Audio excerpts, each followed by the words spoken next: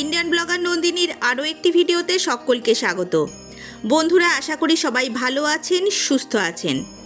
ভগবান শ্রীকৃষ্ণ এবং রাধারানীর অশেষ কৃপা পেতে কমেন্ট বক্সে অবশ্যই লিখুন হরে কৃষ্ণা, রাধে রাধে।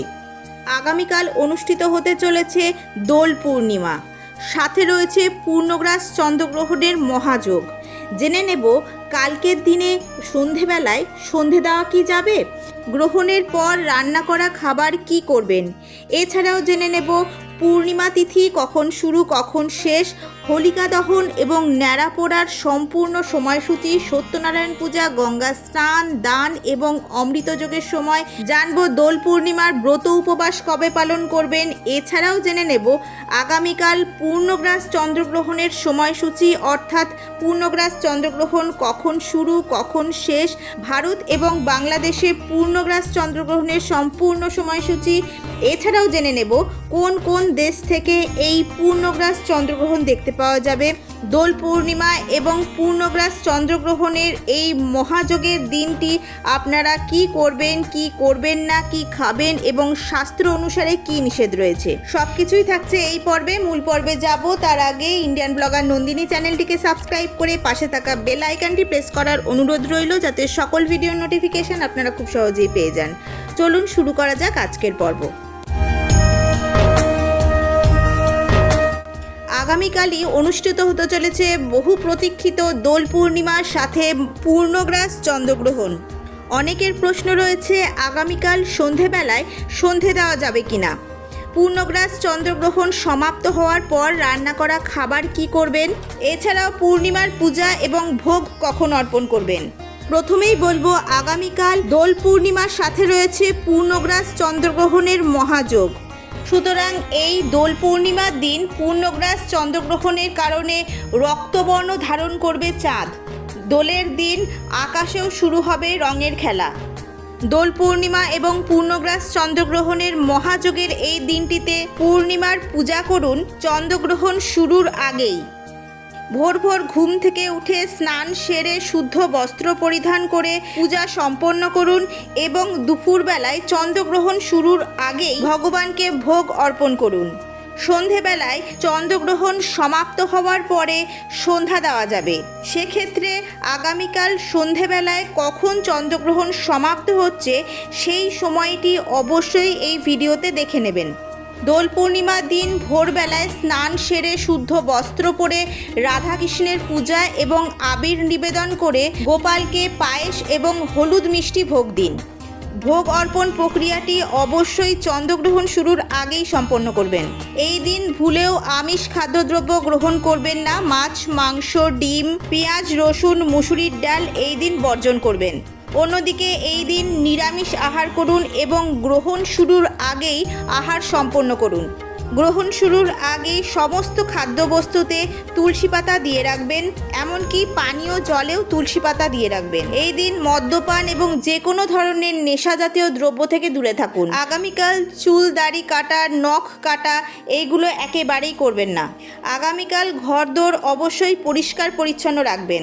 দোল পূর্ণিমার পূর্ণিমা তিথি শুরু হবে 2রা মার্চ 2026 বাংলার 17ই ফাল্গুন 1432 সোমবার সন্ধে 5:44 থেকে। দোল পূর্ণিমার পূর্ণিমা তিথি সমাপ্ত হবে 3রা মার্চ 2026 বাংলার 18ই ফাল্গুন 1432 মঙ্গলবার অপরাহ্ন 4:59। দোল পূর্ণিমার দিন নিশি পালিত হবে 2রা মার্চ 2026 বাংলার 17ই ফাল্গুন 1432 সোমবার। দোল পূর্ণিমা বা ফাল্গুন মাসের পূর্ণিমার ব্রত উপবাস পালিত হবে 3রা মার্চ 2026 বাংলার 18ই ফাল্গুন 1432 মঙ্গলবার। দোল পূর্ণিমার দিন শ্রী শ্রী সত্যনারায়ণ পূজার সবথেকে শুভ সময় থাকতে চলেছে 2রা মার্চ 2026 বাংলার 17ই ফাল্গুন 1432 সোমবার প্রদোষে সন্ধে 5:44 গতে রাত্রি 7:12 মধ্যে শ্রী শ্রী সত্যনারায়ণ ব্রত। এই দিন গঙ্গা স্নান এবং দানের সময় থাকতে চলেছে 3রা মার্চ 2026 বাংলায় 18ই ফাল্গুন 1432 মঙ্গলবার সূর্যোদয়ের পর থেকে অপরাহ্ন 4:59 মধ্যে। দোলযাত্রার আগের দিন নাড়াপোড়া বা হোলিকা দহন উৎসবটি 2রা মার্চ সোমবার অনুষ্ঠিত হবে।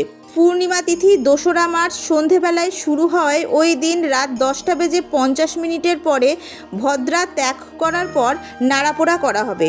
তবে আপনারা এই বছর 3রা মার্চ সন্ধ্যায়ও হোলিকা দহন পালন করতে পারেন, সেই সময়সূচিও আমি দিয়ে দেব। তবে 2রা মার্চ রাতে নাড়াপোড়া বা হোলিকা দহন বেশি শুভ। এই বছর অর্থাৎ 2026 সালে বাংলার 1432 বঙ্গাব্দে দোল পূর্ণিমার দিন হোলিকা দহন বা ন্যাড়াপোড়ার সময়সূচি থাকতে চলেছে।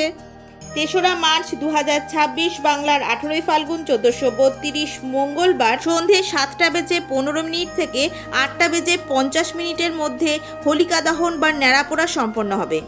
এই দিন অমৃতযোগের সময়ক্ষণ থাকতে চলেছে দিবা 8:03 গতে 10:28 মধ্যে ও 12:54 গতে 2:31 মধ্যে ও 3:19 গতে 4:56 মধ্যে এবং রাত্রি 6:32 মধ্যে ও রাত্রি 8:55 গতে 11:17 মধ্যে ও 1:40 গতে 3:15। পূর্ণগ্রাস চন্দ্রগ্রহণের সূতককাল শুরু হবে গ্রহণ শুরুর 9 ঘন্টা আগে থেকেই, অর্থাৎ 3রা মার্চ 2026 মঙ্গলবার সকাল 6:20 থেকেই পূর্ণগ্রাস চন্দ্রগ্রহণের সূতককাল শুরু হয়ে যাবে। গ্রহণ ভারত এবং বাংলাদেশে দৃশ্যমান হবে।